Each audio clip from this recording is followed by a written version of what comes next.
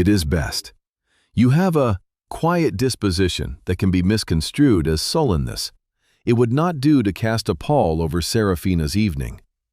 A quiet disposition. That was the term she had polished over the years to describe the silence she had so carefully cultivated in me. It was a cage built of politeness, a prison of my own supposed making.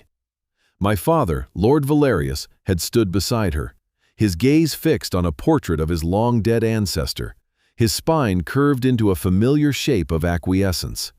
He loved a quiet life, and Anya was the fierce gatekeeper of that quiet, a quiet purchased at the cost of his own daughter's voice. He had offered me a weak, fleeting smile that did not reach his eyes. It was his apology, his surrender, and his betrayal, all wrapped in one pathetic gesture. Seraphina, bless her heart, was largely innocent of the mechanics of my erasure. She floated through life on a cloud of praise and perfumed silks, her world so bright she could not see the shadows that were forced to trail in her wake. She was not cruel, merely oblivious. As she was descending the grand staircase, a vision in sapphire velvet that shimmered with 1,000 tiny embroidered stars, she caught my eye. I was retreating toward the library, a specter in my gray silk. "Alara," she called, her voice a silver bell. "Are you not coming? You must see the ballroom." Anya's hand landed on Seraphina's arm, a gentle pressure that was as unyielding as iron. "Alara has a headache, my dear," she said, her smile a perfect lacquered curve. "She is resting. You know how delicate she is." Delicate, quiet, sullen, plain. The words were stones she had used to build a wall around me, and I, for a decade, had helped her lay the mortar by believing them. I retreated into the library, the scent of old paper and leather a familiar, lonely comfort. The sounds of the orchestra, the murmur of 100 conversations, the bursts of laughter, they bled through the heavy oak doors, reminders of a world I was not permitted to fully inhabit. I was an architect of forgotten things, my passions confined to the blueprints of ancient cathedrals and the structural mathematics of forgotten Roman aqueducts I found in dusty tomes. In a house of glittering surfaces, I loved the bones, the hidden integrity of things. It was a love no one had ever thought to ask me about. I traced the spine of a book on Gothic fenestration, the gilded letters cool beneath my fingertips. I was not supposed to be in the kitchens. My place was here, in this silent room, until the first flurry of arrivals was over. Then, I was to slip up the back stairs to my room and remain there. But Mrs. Gable, our housekeeper, and the only person in the house whose eyes held warmth for me, had tapped on the door an hour into the festivities. So I found myself in the humid, chaotic heat of the kitchens, my gray silk dress so out of place, tucked up slightly at the hem. My hair, pinned so severely, began to curl in the steam. I was surprisingly adept, my hands quick and precise as I helped whip the cream and sugar, my mind finding a strange peace in the simple, methodical task. We were replenishing the last of the crystal cups when the door to the service corridor swung open. A footman, his eyes wide with panic, hissed, "He is here! The Duke has arrived!" A tremor went through the entire household staff. Through the gap in the doorway, I could see a sliver of the main hall. And then I saw him. He was not what I expected. The rumors painted him as a brooding giant, a dark figure of romantic lore. The man standing there was tall and lean, dressed in immaculate black, but his presence was not one of brooding darkness. It was one of stillness. He stood in the swirling vortex of society, a point of absolute calm, his gaze sweeping the room with an unnerving, analytical precision. His face was all sharp angles and severe lines, a face that looked as if it had been carved from granite and left out in the wind. He looked utterly, profoundly bored. My stepmother was at his side instantly, a rapturous smile on her face, my father bowing just a little too low. Seraphina was presented, and she curtsied, a perfect sapphire bloom. The Duke inclined his head, his expression unreadable. I watched for a moment longer, a strange pang in my chest, not of longing to be there, but of a peculiar academic pity for him. He looked like a man trapped in a gilded cage, and I knew something of cages. Turning back to my task, I picked up a finished syllabub. The cool crystal was a relief against my warm palm. It was then that a junior maid, flustered by the commotion, stumbled as she rushed past, knocking a small bowl of powdered sugar from a high shelf. It tipped, and a fine white cloud rained down, dusting my hair and the shoulder of my gray silk dress like a sudden, miniature snowfall. I brushed at it, a small, frustrated sigh escaping my lips. I must have stepped closer to the corridor door to see in the better light of the hall. It was a fractional movement, a moment's carelessness. But it was enough. His eyes, which had been scanning the glittering crowd with disinterest, suddenly stopped. They focused. For one heart-stopping second, his gaze cut through the throng of jewels and velvet and landed directly on the sliver of the service corridor where I stood. He saw me. A girl in a plain gray dress, covered in a dusting of sugar, holding a dessert. Then his gaze moved on. But the moment had happened. "Who is she?" The maid had clasped her hands to her chest. "Your stepmother went white, miss. White as a sheet." She tried to laugh it off, saying it was just a kitchen maid. But he was not laughing. He just stood there, waiting for a real answer. It was the strangest thing I ever saw. I sat on the edge of my bed, my hands cold. He had seen me, and he had asked. It was a terrifying, impossible thought. Hope was a language I had long forgotten, and I was terrified of what it might feel like to learn it again, only to have the words turn to ash in my mouth. For the first time in a decade, someone had looked past the glittering facade of my family and seen the shadow in the wings. And he had asked for my name. The following day was a study in taut nerves. Anya was a storm cloud compressed into a human form, her temper a crackle of static in the air. She said nothing to me, which was somehow more unnerving than her usual tirades. She simply watched me, her eyes narrowed, as if trying to solve a particularly vexing puzzle. My father avoided me altogether. Only Seraphina seemed untouched by the strange current running through the house. The Duke was so severe, was he not? She chattered over breakfast, her spoon clinking against her porcelain bowl. He barely said 2 words to me. Maman says he is a man of deep thoughts, but I think he is simply rude. I murmured something non-committal, my gaze fixed on my plate. Deep thoughts, perhaps. Or perhaps he was just a man who saw things others did not. The thought sent a fresh shiver of fear and something else, something treacherously like excitement, through me. The summons came in the afternoon. A footman in the Duke of Blackwood's livery, a stark black and silver, delivered it on a heavy cream card. His Grace, the Duke of Blackwood, requested the honor of Lord Valerius and his family's presence for tea at Blackwood Manor the following day. My name, Miss Alara Annesley, was written explicitly alongside my father's, Anya's, and Seraphina's. Anya held the card as if it were a venomous snake. Her knuckles were white. "This is a test," she hissed, more to herself than to anyone else. "A strange whim. He means to mock us." "Or perhaps he was simply being polite, my dear," my father ventured, his voice thin. "Polite?" Anya's laugh was a sharp, ugly sound. She turned her furious gaze on me. "What did you do? Did you contrive to be seen? Did you throw yourself in his path?" "I was helping in the kitchens," I said, my own voice barely a whisper. A maid stumbled. "Excuses." She threw the invitation onto the table. "Very well. We will go. And you," she said, her finger pointing at me, "will be on your absolute best behavior. You will be quiet, you will be deferential, and you will not draw attention to yourself. This is Seraphina's opportunity, not a stage for your pathetic little dramas. Do you understand me?" I understood. I was to be a prop, a piece of scenery required by the strange etiquette of this powerful man. I was to be present, but not seen. It was a role I knew well. Blackwood Manor was not a house. It was a geological formation. It rose from the moorland, a formidable mass of dark gray stone and severe Gothic arches, its windows like narrowed, watchful eyes.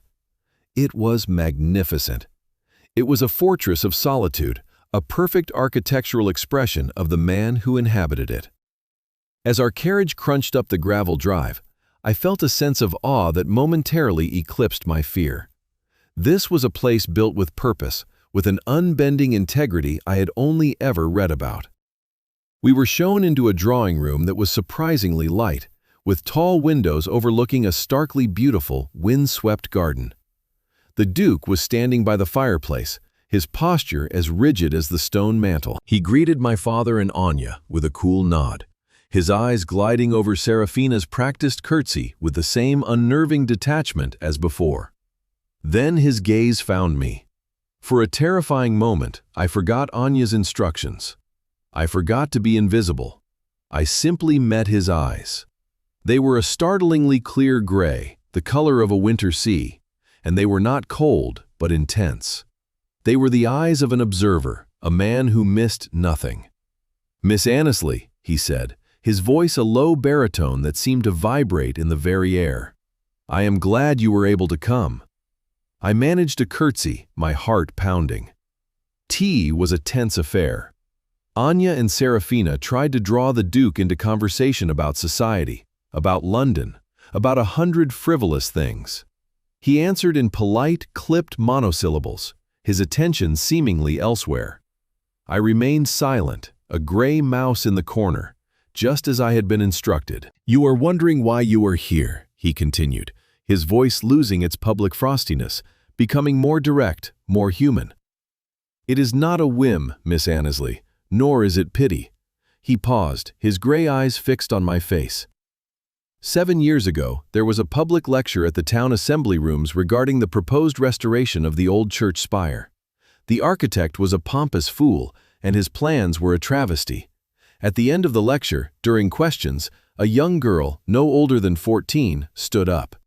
She asked him why he was proposing to use a king post truss when the span and pitch of the roof clearly called for a queen post, and whether he had considered that his design would put an untenable shearing stress on the nave's original medieval stonework. He held my gaze. The architect dismissed her out of hand, but I did not. I was there. I was standing at the back of the room. I remembered the question, and I remembered the girl's face. It was you.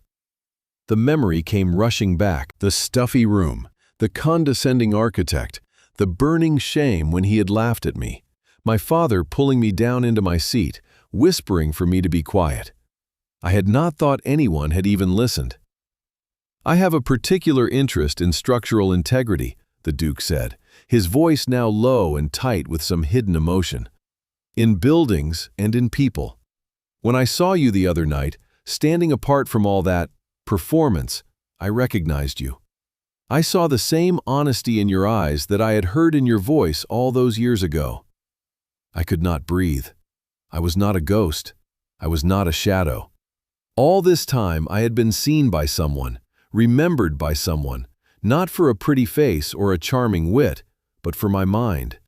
It was a validation so profound, so utterly unexpected, it felt like the ground shifting beneath my feet." He unrolled a blueprint on the desk. It was a stunningly detailed drawing of a chapel. "This was a design by my late brother," he said, his voice softening with a grief that was still palpably raw. "He was an architect, a brilliant one. He valued honesty in his work above all else. This was the source of his pain, the ghost that haunted this stone fortress. He was sharing it with me. He was trusting me with the core of his solitude." He began to point out details, his long finger tracing the elegant lines of the vaulting, and I found my voice. We spoke of stresses and loads, of the play of light through stained glass, of the way a building could be a prayer made of stone and timber. For an hour, we were not a duke and a forgotten girl. We were two minds, meeting in a shared language, in a sanctuary of books and blueprints.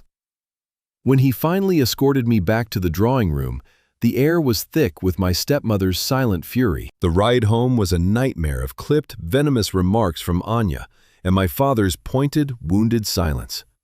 But for the first time, their words did not pierce me. They felt like pebbles thrown against the walls of a fortress. a fortress whose cornerstone had just been laid by the most unexpected architect of all. He had given me a small, practical kindness, but it felt like a revolution. He had seen me, and in his eyes I had begun finally to see myself. The days that followed were a strange, suspended time. Anya's strategy shifted. Realizing that open hostility in the face of the Duke's interest was untenable, she adopted a mask of saccharine solicitude. She spoke of my scholarly inclinations as if they were a charming, harmless eccentricity she had always nurtured. She insisted I have a new day dress made, a soft blue wool that was respectable but not beautiful, a careful calculation to appease the Duke without upstaging Seraphina. We walked through his stark gardens, the wind from the moors whipping strands of hair from my pins, and he would ask my opinion on the placement of a new folly. We stood before a painting in a local gallery, and he spoke of perspective and composition, his shoulder brushing mine, a fleeting warmth that shot through the fabric of my sleeve. It was during one of these walks that the walls around him truly began to fall. We had outpaced my family, who were more interested in the hothouse orchids than the windswept ridge to which he led me. Below us, the estate sprawled, a testament to order and power. My brother Thomas loved this view, he said suddenly, his voice rough. He said it was honest. You could see the weather coming, no surprises. He stared out at the horizon, his jaw tight. The building that killed him. I had warned him about it. The developer was cutting corners, using substandard materials. I saw the dishonesty in the plans, the lies in the ledgers. I told Thomas not to go near it, but he was an optimist. He believed he could fix it, that he could talk them into doing it right. His voice broke on the last words. He went for a final inspection. The roof collapsed. A profound, shuddering silence fell between us. The wind tugged at my shawl. He did not look at me.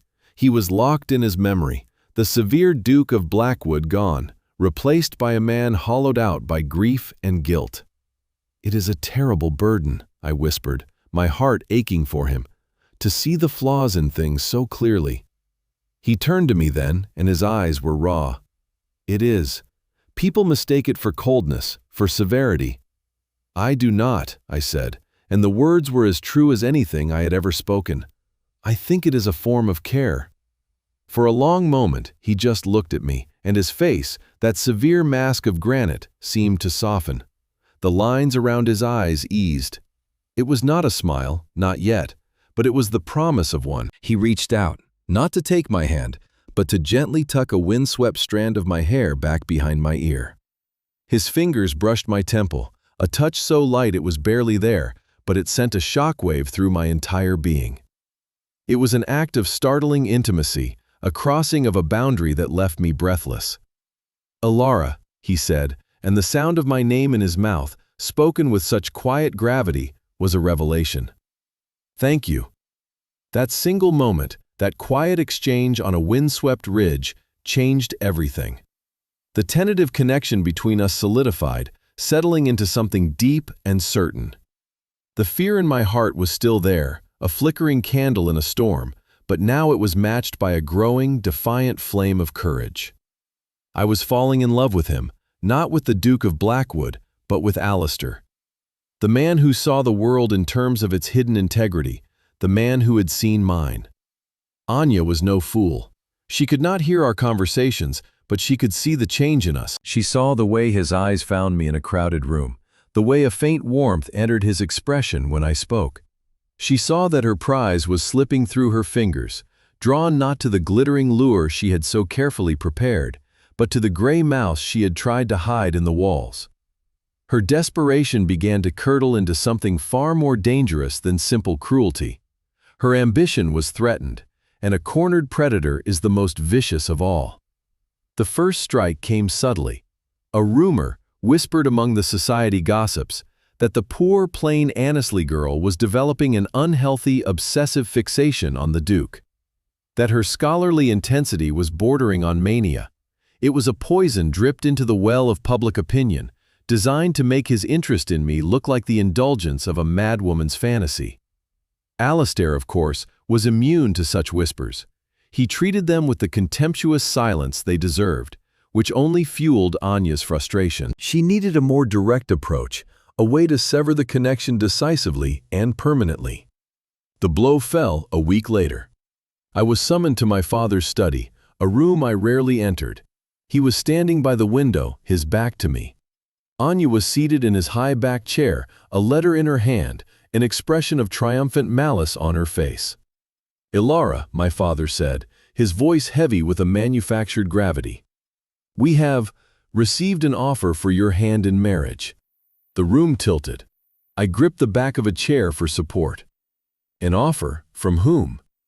"From your cousin, Mr. Gideon Thorne," Anya said, her voice dripping with false sweetness. She did not mean Alistair, she meant Gideon, a distant, brutish cousin of my father's from the north, a man known for his love of drink and his heavy hands.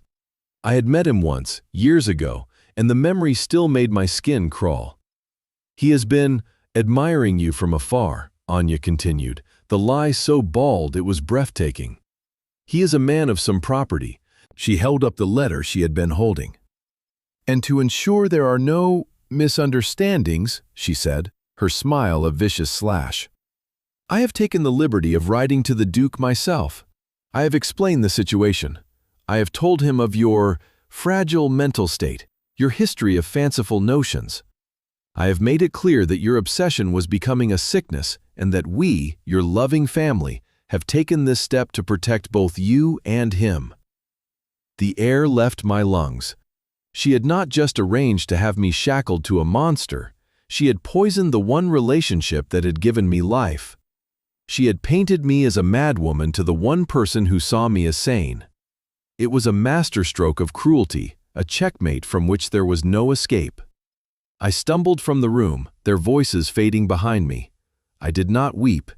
The pain was too deep for tears. It was a cold, hard knot of despair in my chest. She had won. She had taken my hope, the fragile, beautiful thing Alistair had given me, and she had crushed it into dust. I was to be buried alive, and the man I loved would remember me only as a pathetic, obsessive fool. The color of invisibility was no longer gray silk. It was the suffocating, absolute black of a tomb. For 2 days, I existed in a state of numb horror. I did not eat. I did not sleep. I sat by my window, staring out at the road, but I did not know what I was waiting for. A reprieve? An escape? There was none. Anya had sealed every exit. My father, consumed by his weakness and guilt, could not even look at me. Seraphina, finally sensing the true darkness in our house, tried to speak to me, her pretty face etched with a confusion that was slowly turning to horror, but I had no words for her. What could I say? On the third morning, another carriage from Blackwood arrived. My heart gave a sickening lurch. It was over. This would be his reply. A polite, formal note of sympathy, wishing me well in my new life. A final, pitying dismissal. A footman delivered a single, thick envelope, addressed not to my father or Anya, but to me. My hands trembled so violently, I could barely break the wax seal, which bore the stark, familiar crest of the Duke of Blackwood. The note within was brief, the handwriting a strong, decisive script. "Be ready, 1 hour." That was all it said. No explanation, no salutation, just a command. A lifeline thrown into the abyss. I did not know what it meant, but it was from him. It was a spark in the suffocating darkness. I stood up, and for the first time in days, I felt a flicker not of hope, but of something far fiercer, resolve. I washed my face, pinned my hair, and put on the blue wool dress he had not yet seen. I packed nothing. I simply stood by the door to my room and waited. Exactly 1 hour later, the Duke of Blackwood's own carriage, a formidable black-lacquered coach drawn by 4 perfectly matched black horses, rolled up the drive. It did not stop at the main entrance. It came to a halt directly below my window. Alistair himself stepped out. He did not wait for a footman to open the door. He was dressed for travel, in dark, practical wools and high leather boots. He looked up, his eyes finding mine in the window. There was no warmth in his expression, no softness. His face was carved from granite once more. But this was not the granite of boredom or severity. It was the granite of implacable, focused fury. He gave a single, sharp nod. It was time. As I descended the main staircase, my family appeared in the hall, drawn by the commotion. Anya's face was a picture of disbelief, which quickly curdled into rage. "What is the meaning of this? Alara, go back to your room." Alistair entered the house, bringing the cold air of the moors with him. He did not acknowledge my stepmother or father. His eyes were only for me. "Are you ready?" he asked. "Yes," I said, my voice clear and strong. "Your Grace, I must protest," Anya sputtered, stepping forward. "This is a family matter. Alara is unwell. She is to be married." "She is to be married to no one," Alistair said, his voice lethally quiet.